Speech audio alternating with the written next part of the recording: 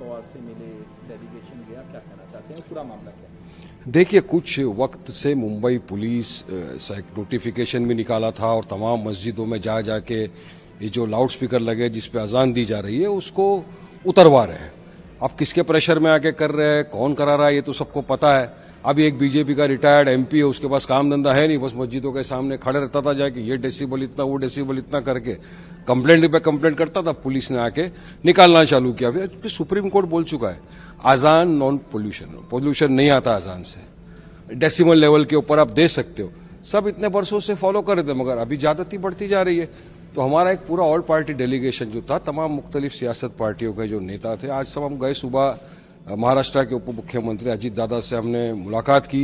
मुंबई के कमिश्नर भी थे वहां पर, डीजीपी मैडम थी। हमने सबको बताया साहब को कि देखिए सर, इतने सालों से अजान दी जा रही है लाउड स्पीकर के ऊपर, किसी को तकलीफ नहीं होती।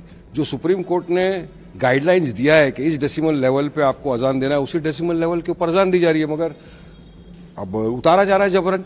तो ये तो लॉ एंड ऑर्डर का मामला क्रिएट हो सकता है। तो क्या खाली मुसलमानों को ही कायदा कानून पालन करना है कि सबके लिए रहेगा? अब जो हाईकोर्ट ने आदेश दिया है तो क्या है? क्या आदेश भोंगे पर है, क्या आदेश अजान पे है, क्या आदेश नॉन पॉल्यूशन पे है? तो बताओ हमको। सुना हमारी बात को पूरा, और मैंने कहा सिर्फ मुंबई में ही है, बाकी पूरे रूरल एरियाज के अंदर तो कहीं भी इस तरह का वो नहीं है, कोई तकलीफ नहीं हो रही किसी को, सब कर रहे।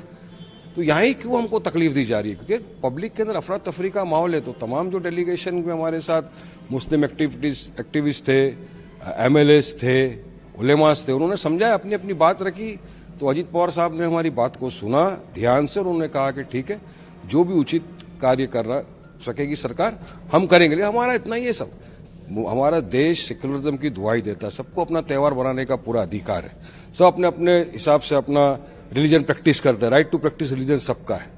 अब हम तो किसी को कोई लाउड स्पीकर लगाए या भोंगा लगाए या डीजे बजाए तो हम तो कभी किसी का ऑब्जेक्शन नहीं उठाते ना। तो फिर क्यों इस तरह का वातावरण क्रिएट कर रहे हैं? कुछ नफरती चिंटू जो आ गए हैं ना राज्य में, जो राज्य का वातावरण खराब करने की कोशिश कर रहे हैं, तो ऐसे लोगों को रोकना चाहिए ताकि वातावरण खराब ना हो। सबको पीसफुली रहने का अधिकार है। तो सुना उन्होंने, कहा ठीक है, जो भी होगा उचित कार्य करेंगे, सब मस्जिद वालों को भी बुलाएंगे, बैठेंगे, बात करेंगे। तो उनकी तरफ से जो आप बता रहे हैं कि कोई नेता इस तरह से कर रहे हैं, उनकी तरफ से कहा जा रहा है कि जो इलीगल लाउड स्पीकर हैं, कितने लाउड स्पीकर लगा सकते हैं मस्जिद पे, अगर आपको पता है तो? नहीं, डेसिमल लेवल के हिसाब से चलना है। सुप्रीम कोर्ट ने कहा है इस डेसिमल को फॉलो करना है। अब वो बोलते कि नहीं, मुंबई हाईकोर्ट का आदेश। अब क्या आदेश है बताओ ना? क्या अजान पे आदेश दिया है, डेसिमल लेवल पे आदेश दिया है, किस तरह का आदेश दिया है? नहीं, बस मुंबई पुलिस वाले जाते हैं, जबरन से लाउड स्पीकर उतारते। अब कल रात की आपको घटना बताऊंगा, मदनपुरे के अंदर बड़ी मस्जिद है, वहां पर पूरा पुलिस फोर्स चला गया रात को, लाउड स्पीकर निकालो, पब्लिक आ गई, अफरा तफरी का माहौल हो गया। अब लॉ एंड ऑर्डर सिचुएशन खराब हो सकता था अगर आप वक्त देंगे, आदमी को सोचने का समझने का होगा ना। लेकिन आप तो बस सीधा घुस जाएंगे और इस तरह का धांधली करेंगे तो कैसा चलेगा? क्या सारे कायदे कानून मुसलमान को ही पालन करना है क्या?